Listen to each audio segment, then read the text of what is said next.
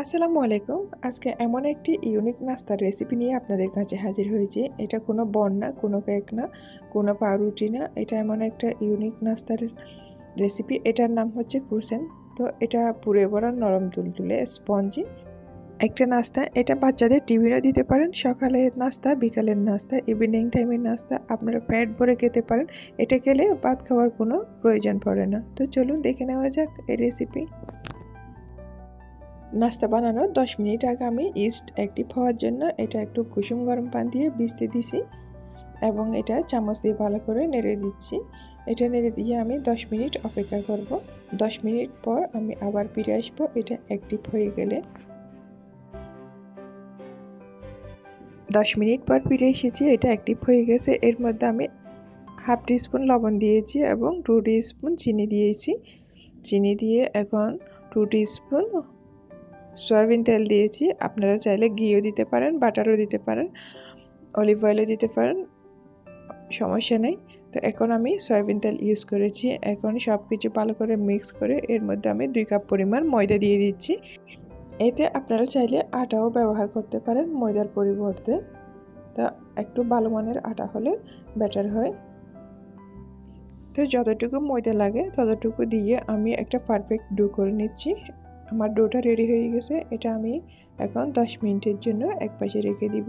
তারপর পুরটা রেডি করার জন্য চলে যাব।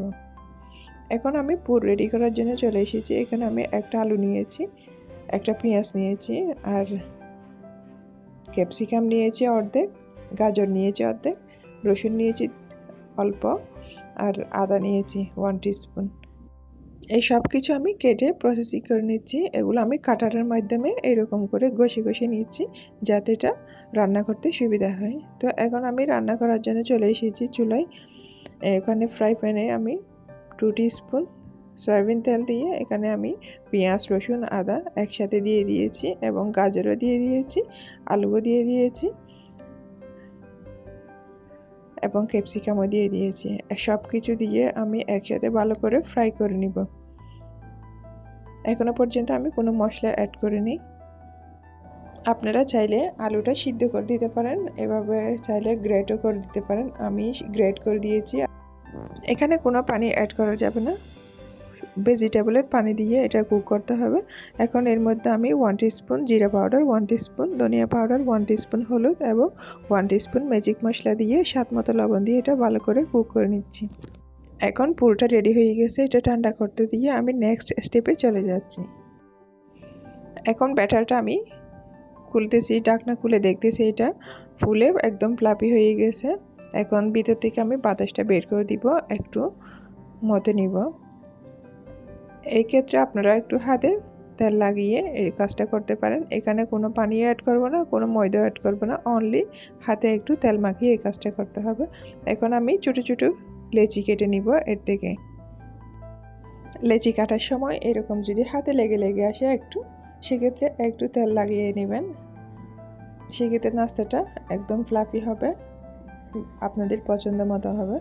তো এখানে কোনো ময়দা আটা ইউজ করা যাবে না। তো এখন আমি এই যে আমি লেচি কেটে নিয়েছি। এখন আমি একটা একটা করে সব নাস্তাগুলো রেডি করে নিব।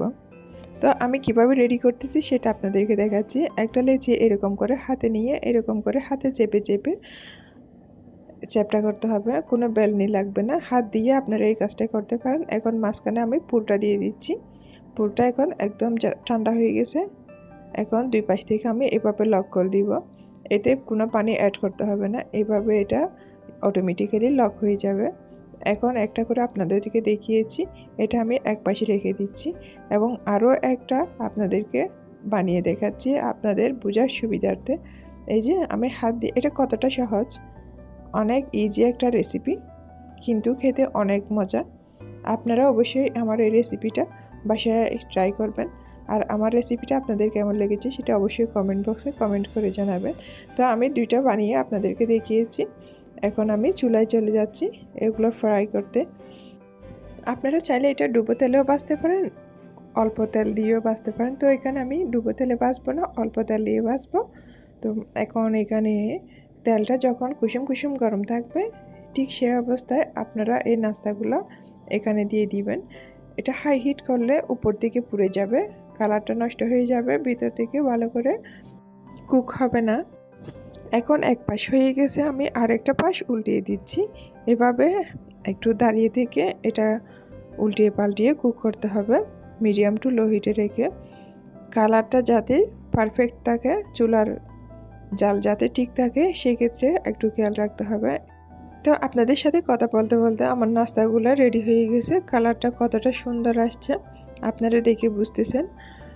কালারটাও সুন্দর হয়েছে, এটা ভিতর থেকেও পারফেক্টভাবে কুক হয়েছে। এটা কীরকম হয়েছে ভিতর থেকে সেটা আমি একটু পরে আপনাদেরকে দেখাচ্ছি। আমি এভাবে সব নাস্তাগুলো ভালো করে কুক করে নিচ্ছি। আমি আপনাদের কাছে আবারও ফিরে এসেছি। এখন সব নাস্তা কুক হয়ে গেছে, আপনাদেরকে আমি দেখাচ্ছি সব নাস্তাগুলোর কালারটা কতটাই সুন্দর হয়েছে, দেখে অনেক লোভ লাগতেছে। এগুলা দেখতে যেরকম সুন্দর হয়েছে, খেতে তার চেয়েও বেশি মজা হয়েছে। অবশ্যই আপনারা একবার হলেও এই রেসিপিটা বাসায় ট্রাই করবেন। আপনাদের ভালো লাগলে আপনাদের ফ্রেন্ডস অ্যান্ড ফ্যামিলির সাথে শেয়ার করবেন, আর আমার চ্যানেলটাকে সাবস্ক্রাইব করে দিবেন। ভালো লাগলে একটা লাইক করবেন। তো এই নাস্তাগুলো আমি একটা ভেঙে আপনাদেরকে দেখাচ্ছি ভিতরটা কেমন হয়েছে। উপর দিকটা আপনারা দেখে বুঝতেছেন এটা অনেক স্পঞ্জি হয়েছে, অনেক নরম হয়েছে। এই যে দেখলেন তো এটা কতটা সুন্দর হয়েছে, কতটা ফ্লাফি হয়েছে, একদম নরম তুলতুলে স্পঞ্জি কেকের মতো। এটাকে বিভিন্ন দেশের বাইরের দেশে ক্রোসেন্ট বলে, আমাদের দেশে কি বলে সেটা জানি না, তবে এই নাস্তাটা খেতে অনেক মজা। আপনারা বাসায় অবশ্যই ট্রাই করবেন। এখানে আমি পুর দিয়েছি ভেজিটেবল, আপনারা চাইলে এখানে মাংসও দিতে পারেন। তো এই নাস্তাটা আপনারা 3 দিন রেখে খেতে পারবেন। এটা নর্মাল ফ্রিজে রেখে আপনারা 3 দিন পর্যন্ত রেখে খেতে পারবেন, কোনো প্রবলেম হবে না। আশা করি আমার আজকের রেসিপিটা আপনাদের অনেক ভালো লেগেছে। তো ভালো লাগলে অবশ্যই কমেন্ট করবেন, একটা লাইক করবেন আর শেয়ার করবেন। তো আজকে এই পর্যন্ত, সবাই ভালো থাকবেন, সুস্থ থাকবেন আর আমাদের জন্য দোয়া করবেন। আসসালামু আলাইকুম। আবার কথা হবে নতুন কোনো রেসিপি নিয়ে।